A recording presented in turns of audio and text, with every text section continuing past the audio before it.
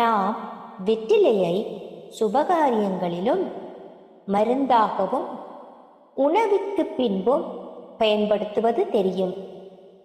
ஆனால் வெற்றிலை நம் துன்பங்களை நீக்கும் அற்புத சக்தியும் கொண்டிருக்கின்றது என்பது தெரியுமா?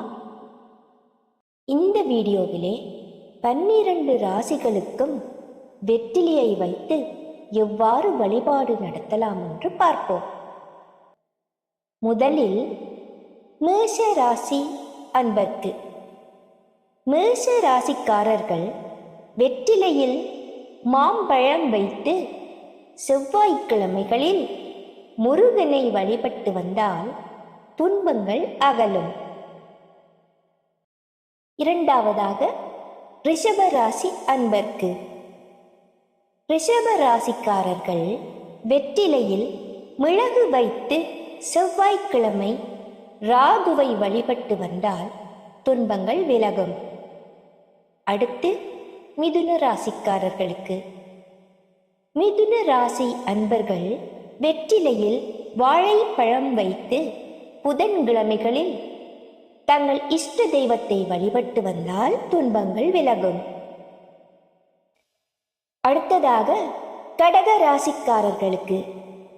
கடக ராசிக்காரர்கள் வெற்றிலையில் மாதுளம் பழத்தை வைத்து வெள்ளிக்கிழமைகளில் காளி தேவியை வழிபட்டு வந்தால் துன்பங்கள் விலகும். அடுத்த ராசியாக சிம்ம ராசி அன்பர்க்கு. சிம்ம ராசிக்காரர்கள் வெற்றிலையில் வாழைப்பழம் வைத்து வியாழக்கிழமைகளில் தங்கள் இஷ்ட தெய்வத்தை வழிபட்டு வந்தால் துன்பங்கள் அகலும். கன்னி ராசி அன்பர்க்கு.